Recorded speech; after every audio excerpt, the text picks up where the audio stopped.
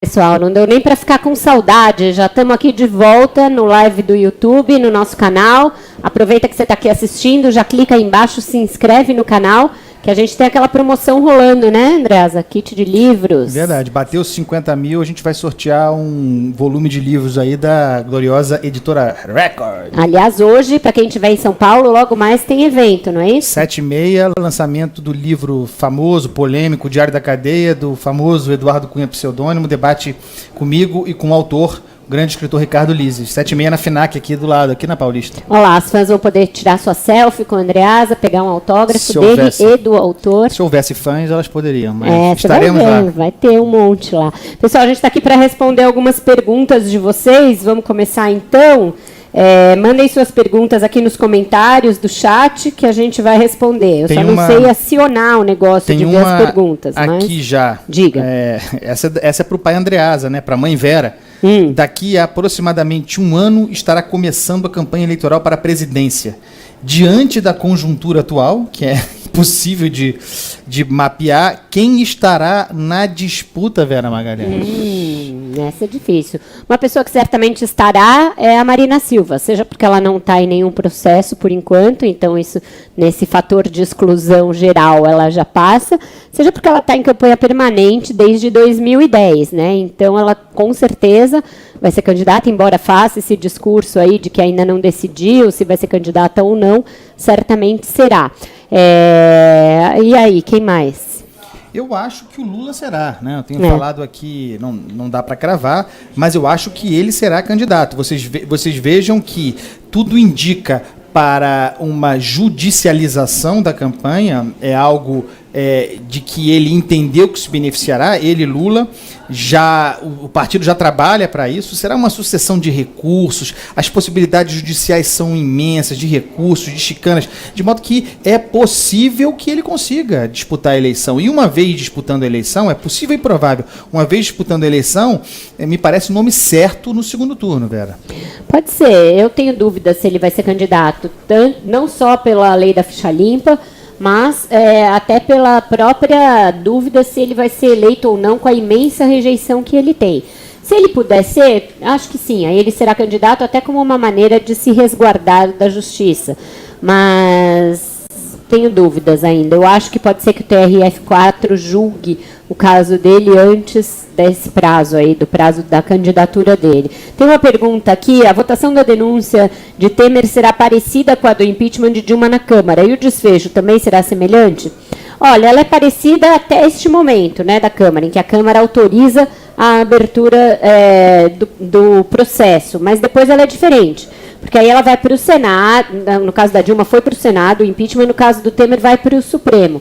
Nos dois casos, tanto o Senado quanto o Supremo tinham de votar se iriam abrir ou não o procedimento. Então, aceitar a admissibilidade na Câmara cabe a esse segundo grau decidir se abre ou não o processo. E é a partir daí que ele tem de se afastar, aí igual a Dilma, ele se afasta no tempo em que durar o processo. É provável que, se não passar, se for autorizada a abertura de denúncia na Câmara, o que é pouco provável, o Supremo arquive por não achar que há elementos para se abrir um processo. A diferença do impeachment é que esse processo não precisa ir ao Senado, né? Direto para o Supremo. Agora, aqui para descontrair um pouco, a nossa ouvinte frequente do programa, Diele Miranda, pergunta quanto eu meço, Vera Magalhães. Essa é sua fanzona. Quanto eu meço? Hoje ela falando. Olha, que você é 1,92. Tá? Não. Mede não. Mas um pouco menos que isso. Mas talvez por aí. Por aí, com dignidade, com otimismo a gente chega lá. Né? Eu acho que está dentro da... Como é que fala em pesquisa? Da média do brasileiro, né? Não. Não, estou dizendo aquele negócio, margem de erro. Margem de erro, Não, eu queria voltar para a questão da campanha eleitoral, porque tem uma pergunta aqui, a gente não falou isso no programa ainda, sobre o Álvaro Dias, né? Alguém perguntando sobre a viabilidade eleitoral do Álvaro Dias. Ele está nessa de Podemos, né? O novo partido, né? Na linha do que tenta buscar fazer uma comparação com o que fez o Macron, né? En Marche, né? Podemos, tem o Livres, que, enfim, tem uma série de partidos ganhando esse tipo de nome de movimento. Eu acho que o Álvaro Dias se coloca no Senado de uma maneira muito parecida com o Ronaldo Caiado. Sim, com visibilidade, com alguma chance, com capacidade de disputar a eleição. Agora precisa de partido, né? Não sei se esse Podemos dará a ele base para isso. Eu acho mais fácil que o Podemos venha a se robustecer, inclusive usando o Álvaro Dias, para lá na frente compor em alguma coligação com algum partido mais forte. O que você acha, Vera? Também acho. Acho que eles devem investir primeiro no parlamento, porque é um partido novo, assim como o próprio Partido Novo, que também os nossos ouvintes perguntam muito o que eu acho. Acho que são partidos que investem nessa mudança, nessa ideia de uma nova política, mas que tem que primeiro ganhar força no Congresso para depois almejar alguma eleição nacional, eleição para presidente. E eu acho que mesmo que fosse candidato, o Álvaro Dias não vejo como um candidato forte, porque ele não agrega nem esse eleitor mais à direita, que vai oscilar aí entre um Bolsonaro, talvez o Caiado, se fosse candidato. O de centro, eu acho que tende a votar no PSDB, partido do qual o próprio Álvaro Dias é oriundo. E a esquerda não vai votar nele também. Então, eu não vejo muito a que público se serviria essa candidatura. Não vejo muita viabilidade. É engraçado, né? Nós estamos há bastante tempo, mais de um ano da eleição presidencial. Daqui a um ano nós estaremos nos aproximando das convenções partidárias e tal, e as pessoas querem saber dos possíveis candidatos. Tem uma pergunta sobre o candidato do PMDB à presidência. O PMDB dificilmente terá candidato à presidência. A única chance do PMDB, e essa chance já está perdida, seria o Michel Temer fazer um grande governo reformista, sem escândalos, se afastando completamente da sociedade com o PT, algo que já está perdido. O PMDB remará até 2018, é a minha aposta. Temer concluirá o seu mandato e ponto final. Não será nenhum agente influente na campanha em 2018. Né? Eu continuo achando, e é ruim dizer isso, que nós teremos uma reafirmação do establishment, né, a expressão que eu uso. Mais uma vez, uma eleição polarizada entre PT e PSDB. O Bolsonaro precisa ser testado. O Bolsonaro não tem experiência, nunca participou de um debate, nunca fez uma campanha majoritária, nunca foi testado em questões econômicas. É alguém muito ligado, isso beneficia muito da discussão sobre costumes, né? Moral, desarmamento, questões que são importantes, tá? Vocês sabem a minha opinião a respeito, mas não são questões do executivo. Eu nunca vi o Bolsonaro falar sobre questões importantes, apanágios do executivo. O Antônio Roberto Marques pergunta uma coisa que eu tenho me questionado também aqui desde que tudo isso começou. Como o Supremo Tribunal Federal define que um réu não pode estar na linha sucessória da presidência da República, portanto, o Renan Calheiros não pode assumir a presidência porque é réu, e um condenado em primeira instância pode ser candidato? Realmente é uma jabuticaba brasileira, não tem uma justificativa lógica para isso. O lógico seria alguém levar essa questão, uma DIN ou algum questionamento ao Supremo e forçar que eles discutam essa evidente contradição. Porque se alguém é réu, é um estágio anterior à condenação. Suponhamos que o Lula possa ser candidato porque só tem uma condenação em primeira instância e que acabe toda essa rejeição e ele se eleja.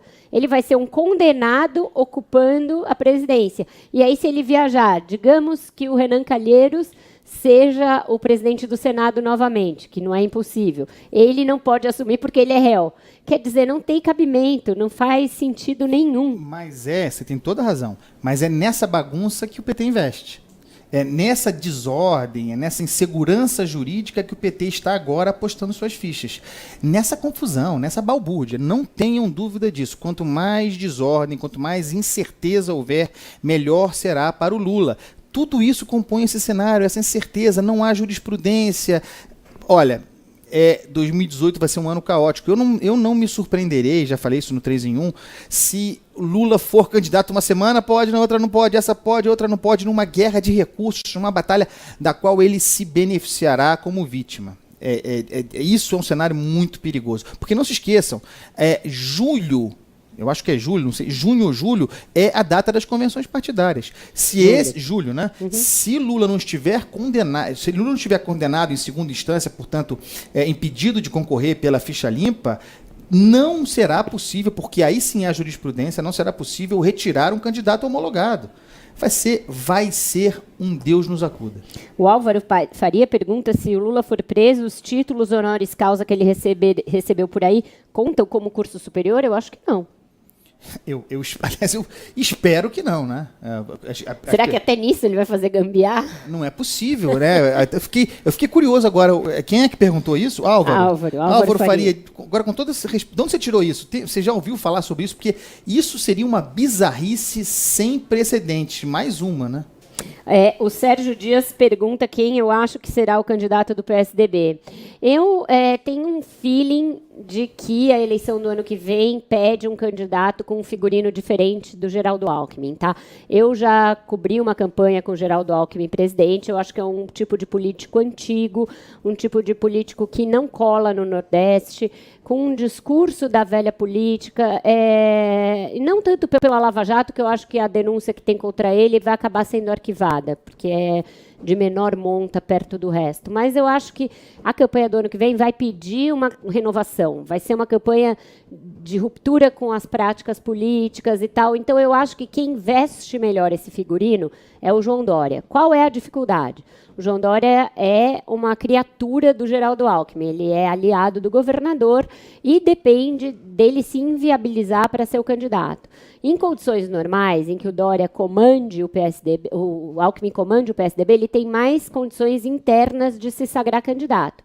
Mas, se as pesquisas começarem a mostrar que um cara como o Dória vai escalando, vai tendo mais chance e passa a ser uma alternativa mais viável, o pragmatismo também conta na política. Então, eu acho que é nisso que o prefeito de São Paulo confia. Tem um pessoal aqui perguntando sobre o José Dirceu, né? O José Dirceu saiu da cadeia, ninguém mais fala nele. É verdade, né? E, no entanto, há muita gente que diz que ele dá as cartas ideológicas, né? Ele dá o norte político para essa guinada recente do PT. Tem gente que diz que desde que ele saiu da cadeia, algumas manifestações coordenadas aconteceram, que o partido teve uma mudança, inclusive essa que eu comentei no programa, capitaneada pela Gleisi Hoffmann, de radicalizar o discurso. Eu não me surpreendo, né? O José Dirceu foi treinado para isso, foi treinado em Cuba. Morou em Cuba, fez no auge do comunismo castrista, ele estava lá. Então, não dá para menosprezar a figura, a capacidade de articulação do José Dirceu. É alguém muito habilidoso, treinado em guerrilha política. E ele está ali todo assanhadinho, dando seus pitacos, né, na política.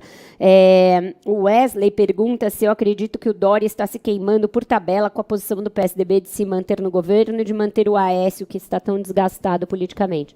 Acaba atingindo, principalmente porque é o contrário desse discurso dele da nova política, né? Cria uma contradição para ele. Ele está procurando se esquivar desse desgaste, explicitando a sua contrariedade com as duas coisas, tanto com a permanência do Aécio quanto com a permanência no governo. Muita gente especula que se ele achar que está sem espaço no PSDB, pode ser candidato por outro partido. Eu acho difícil ele fazer essa guinada. Primeiro, porque ele se descolaria de vez do Alckmin, em tão pouco tempo de eleito. Segundo, porque mostraria que aí sim é só um desejo político dele pessoal, né? Deixar uma prefeitura que ele vai ter 2 anos à frente dela, menos de 2 anos, porque tem que se desincompatibilizar em abril, só para ser candidato por um outro partido. Não é esse o enredo que ele quer. Ele quer ser candidato se ele for ungido, se as pesquisas mostrarem que o nome é ele, se o partido fizer um apelo para que seja ele. É nesse cenário que ele cogita ser candidato. Acho que um passo como esse de sair do PSDB ele não daria. Eu acho que ele está no PSDB, mas não tem partido. No entanto, ele se elegeu prefeito sem partido. O que ele tinha? O Geraldo Alckmin. Geraldo Alckmin foi um dos principais responsáveis por sua eleição. Do Geraldo Alckmin, no PSDB, o Dória não consegue se descolar. Então, ele continua sendo, por isso, a meu ver, exclusivamente por isso, porque ele pode não ter clareza sobre isso, mas ele tem dimensão, que é um princípio fundamental da política, não se perdoa traição em política. Lealdade é fundamental. Então, o Geraldo Alckmin é hoje o plano A do PSDB. A gente não pode esquecer que o cara é governador de São Paulo eleito e reeleito, e que, em alguma medida, ele fez o João Dória. O João Dória tinha 3% quando começou as pesquisas. Se, como a Vera disse, e eu concordo, não houver desdobramentos do que há contra o Alckmin na Lava Jato, tendo a máquina, o partido acaba vindo para o colo dele com a queda do Aécio Neves. Ele gostem ou não, e eu concordo, não tem carisma, representa uma velha política, um conservadorismo e tal, mas ele é o nome do PSDB, ele é o nome do establishment. E eu aposto nessa volta a 2006, né? Nós teríamos novamente uma disputa igual a de 2006, Lula e Alckmin, nesse cenário, fazendo uma projeção, o Alckmin como favorito. O Dória depende de uma queda do Alckmin, ou, como a Vera disse, de uma condição de pesquisa que o torne ungido. Né? De repente ele dispara nas pesquisas, aparece de maneira incontornável, se impõe ao partido. Acho difícil, acho que há limites para imposição no PSDB. Municipal é uma coisa, o PSDB nacional, aquela máquina enrolada, difícil. O Gabriel, nosso ouvinte, disse que já está na FINAC te esperando, Andreasa. Hoje vai ter bastante ouvinte do 3 em 1 lá. Estão aqui lembrando, a Cris Correia fala, aconteceu nos Estados Unidos com a Hillary e o Trump. Eu acho que o que você falou de um candidato pouco testado vencer. Mas ali era uma eleição polarizada, né? Democratas e republicanos, isso está muito nítido. E havia um descontentamento com o governo Obama. Então, se explica muito por aí. Eu acho que o fenômeno da Hillary na eleição anterior pode ser usado para explicar um pouco essa coisa do Dória e do Alckmin. A Hillary era candidata do establishment democrata quando Obama foi escolhido candidato pela primeira vez. Ele foi um fenômeno que foi ganhando corpo com a mídia e com as pesquisas. E aí ele se sobrepôs a ela como candidato. Eu acho que é difícil para o Dória partir para um mano a mano com o Alckmin. Ele vai se intimidar em fazer isso. E o Alckmin quer forçar isso. Quer forçar que haja prévias, primárias ou prévias no PSDB. Aí eu acho que a criatura não vai querer disputar diretamente com o criador. Mas se até lá a situação das pesquisas o colocar como um fato consumado, ele gostaria sim de ser candidato a presidente. A diferença deles hoje nas pesquisas, ela existe, o Dória está na frente, mas é pequena. É pequena, não é na algo, margem de erro. Não é algo significativo, é importante, mas não é significativo. Exato. Muita gente aqui perguntando se a Gleice Hoffmann vai ser a candidata. A gente discutiu isso já no programa, o Daniel Lian nos provocou nisso. Eu acho que se o Lula não puder ser candidato, não é ela a candidata principal do PT, a que está na frente da fila. Eu não vejo assim, mesmo porque ela é investigada na Lava Jato. Eu acho que, neste caso, quem gostaria de ser candidato é o Fernando Haddad, esse prefeito daqui, vulgo Jaiminho, para o professor Vila. Que a ascensão evidente da Gleisi, é inegável que ela está em ascensão, se tornou presidente do partido, tem método. Né? O Lula a escolheu, mas não como plano B, caso ele não possa concorrer. Não se trata disso. Eu acho que a escolheu para fazer uma função que o presidente do PT não faz há muito tempo. Não faz desde o José Dirceu. José Genuíno também não fazia esse papel, Ricardo Berzoini não fazia, esse último agora, Rui...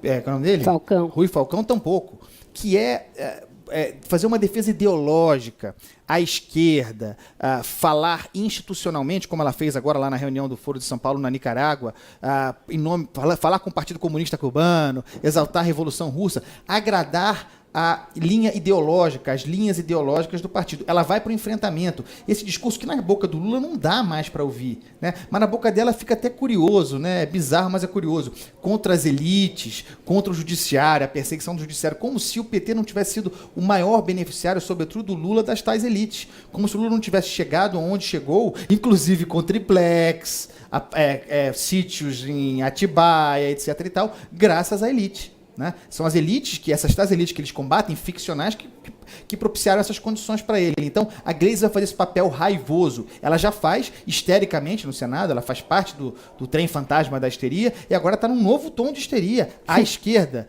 E é influente, né? As pessoas gostam, joga para a militância. O Lula vai fazer outro caminho. O Lula vai se fazer de vítima mais do que nunca, vai investir na judicialização da campanha, que para ele já começou há muito tempo. Todo dia esse senhor está nas rádios falando, hein? todo dia o Lula dá entrevista em rádio. Agora, como nós vimos hoje, né, a Vera chamou a atenção, vestido de Fidel Castro. Esse fetiche do Fidel Castro autoritário. O Brasil, em 2018, tem grandes chances de dar um passo autoritário. Muita gente aqui perguntando da matéria da Record sobre a Globo. Gente, eu não tenho condições de comentar uma matéria que não fui eu que apurei e que ali claramente tem uma guerra comercial em curso. Eu acho que o jornalismo fica muito em segundo plano quando você parte para uma briga empresarial e comercial ali. Então, eu me eximo de comentar isso. Comento porque eu não vejo a TV Record, não vi a reportagem, a propaganda, sei lá o que é, então não posso comentar nada a esse respeito. Exatamente. Muita gente perguntando aqui para você o que você acha da monarquia, Andreasa. Da monarquia? Parlamentarismo monárquico no Brasil. Maravilhoso. Tá aí. Uma boa ideia. Eu tenho amigos, grandes amigos, sérios. Você quer ser rei, ser candidato a rei? Não, eu não sou aristocrata, eu não tenho título de nobreza, mas eu acho barato a monarquia, né? Eu simpatizo com a monarquia. Tá aí, de repente pode ser uma boa solução. Monarquia. Mas quem seria o rei? Não, mas tem uma sucessão, tem os herdeiros da coroa aqui no Brasil, tem os Orleans de Bragança, eles estão aí, atuantes, Dom Luiz, Dom Bertrand, o Joãozinho não seria, acho que não sei se é Dom Bertrand ou Dom Luiz o primeiro na sucessão. Simpatizo com a monarquia, eu sou um republicano pronto para trair. Eu sou um republicano pronto para aderir e eu não perdoo o golpe republicano de 1889, não perdoo. Eu sou republicana, convicta, não vou mudar de ideia e sou a favor do parlamentarismo como sistema de governo. Mas eu acho que ele no Brasil agora não vai ser instituído. Acho que está na hora da gente, infelizmente, da gente concluir, vai né? estar na FINAC daqui a pouco. Pessoal, eu vou escrever a coluna. Foi bom estar com vocês aqui nessa prorrogação. Gente perguntando se os Pingos nos Is saíram do ar. Não, pessoal, os Pingos nos Is está no ar, no canal deles no YouTube, na rádio, em todos os canais da rádio. A gente só fez esse live aqui no canal do 3 em 1. Fez um puxadinho, tá bom? Até amanhã no 3 em 1. Tchau, pessoal. Amanhã tem mais. Tchau. Tchau, obrigado.